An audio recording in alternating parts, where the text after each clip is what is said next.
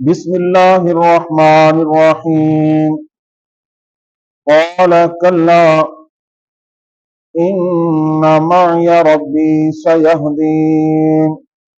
سورۃ الشعراء آیت نمبر 62۔ اس آیت کے اندر اللہ تبارک و تعالی مومن کو اللہ پر بھروسہ کامل رکھنے کا اور مصمم ارادے کے ساتھ اللہ کے اوپر بھروسہ کرنے کا ارشاد فرما رہے ہیں۔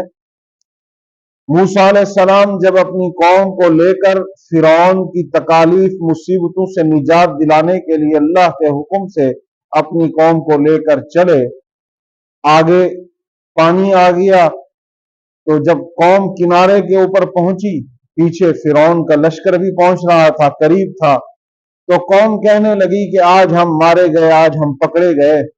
تو موسیٰ علیہ السلام بڑے مطمئن انداز میں فرمایا ہرگز نہیں، ان معی ربی سیہدین، میرا رب میرے ساتھ ہے، وہ مجھے صحیح راستہ اور سیدھا راستہ مجھے دکھا دے گا، سیہدین، وہ میری رہنمائی کر دے گا۔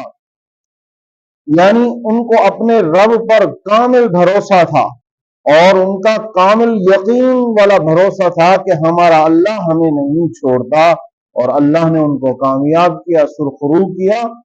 تو اس آیت کے اندر عام مومن کو بھی یہی درس اور سبق دیا جا رہا ہے کہ جب تم مشکلات میں گھر جاؤ، مصیبت اور تکالیف میں گھر جاؤ، تو اپنے رب پر کامل مکمل بھروسہ رکھا کرو، رب سے نا امید نہ ہوا کرو، رب سے مایوس نہ ہوا کرو۔ ان معی ربی سیہدین، موسیٰ علیہ السلام نے کیا فرمایا کہ ہرگز نہیں، کلا، ہرگز نہیں، ان معی ربی، میرا رب میرے ساتھ ہے۔ میں جس حال میں ہوں، میں خوشی کی حالت کے اندر ہوں، میں مصیبت و تکلیف کی حالت کے اندر ہوں، میں پریشانی کی حالت کے اندر ہوں، میں جس حالت کے اندر بھی ہوں، ان معی ربی، میرا رب میرے ساتھ ہے، سیہدین، وہ میری رہنمائی کر دے گا، مجھے اس مشکلات سے نجات دے دے گا، مجھے اس مصیبت سے پار لگا دے گا۔ کوئی عام بندہ مجھے اس مصیبت اور تکلیف سے پار نہیں لگائے گا۔ بیڑیوں کو پار لگانے والا، مصیبتوں، تکلیفوں، پریشانیوں سے نکالنے والی ذات صرف رب کی ذات ہے۔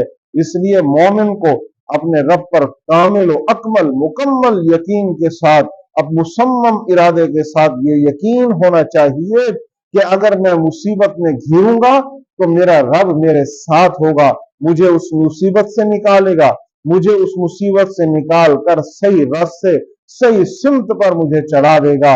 تو اس لیے فرمایا ہرگز نہیں، ان معی ربی سیہدین، میرا رب میرے ساتھ ہے، وہ میری رہنمائی کرے گا۔